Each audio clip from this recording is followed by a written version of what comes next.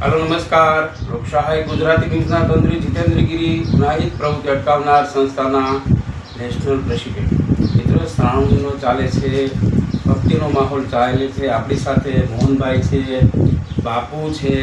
બાપુ સીતારામ. સીતારામ. તો મોહનભાઈ, આપણે બહુ સરસ મજાની હમણાં તમે વાત કરી છે, 4 દિવસની જે વાત કરી કે ભાઈ 4 દિવસ કોઈનું કમોતે મોત થતું નથી અને 4 દિવસ મોત જ નથી થતું. આ સાઈડે તમે રાખજો, બતાવી પછી તો એ કઈ રીતનું હોય છે? જય સિયારામ.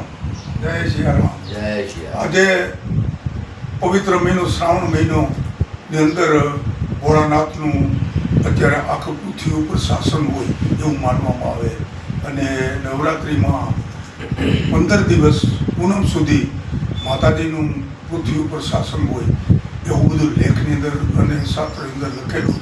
અને પિતૃદેવો ભાદરવા મહિનાની અંદર ગણપતિ દાદા એ રીતે બધા દેવોનું શાસન ભગવાન વિષ્ણુનારાયણ ભગવાને બધાનું કાર્ય સોંપેલું છે. એમાં ખાસ કરીને એકદમ ઓછા દિવસો એટલે ખાલી 4 જ દિવસ ગુરુ પૂનમથી એકમ, બી, ત્રીજ ને ચોથ 4 દિવસ આખી પૃથ્વી પર શાસન ગુરુ તત્વનું હોય છે. તો એ તત્વ આટલું બધી અસરકારક અને કે ભજનની શક્તિના પ્રભાવથી સંચાલન કરવું કે પોતા પાસે કોઈ વ્યવસાય કે કોઈ જાતનું સંચાલન કે કોઈ આધિપતિ, કોઈ પોતે રાજા રાણી, કોઈ રાજ, કોઈ દરબાર, કોઈ ભૂમિ, કોઈ વસ્તુ નથી, ખાલી લંગોટધારી સાધુ છે. તો એ સંચાલન કઈ રીતે કરી શકે?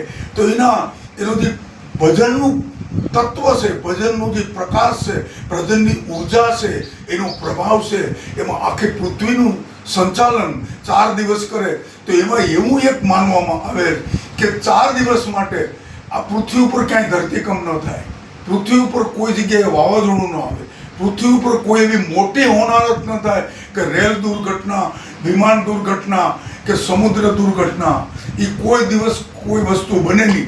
અને અકાળ મૃત્યુનો જે કંઈ છે એ આ 4 દિવસની અંદર જૂથ જગ્યાએ કોઈ જગ્યાએ કંઈ બની શકે.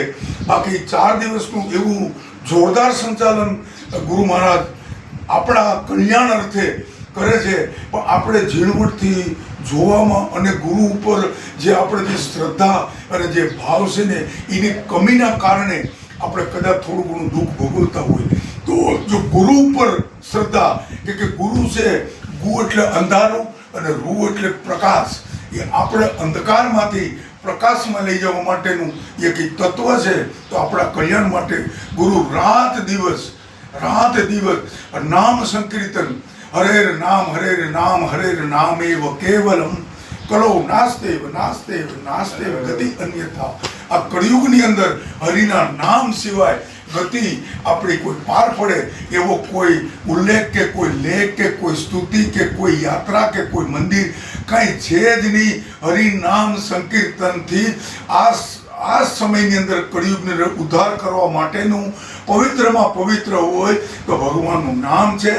નહીં કલી કર્મ ન ભગતિ વિવેકુ, રામ નામ અવલંબન એકુ.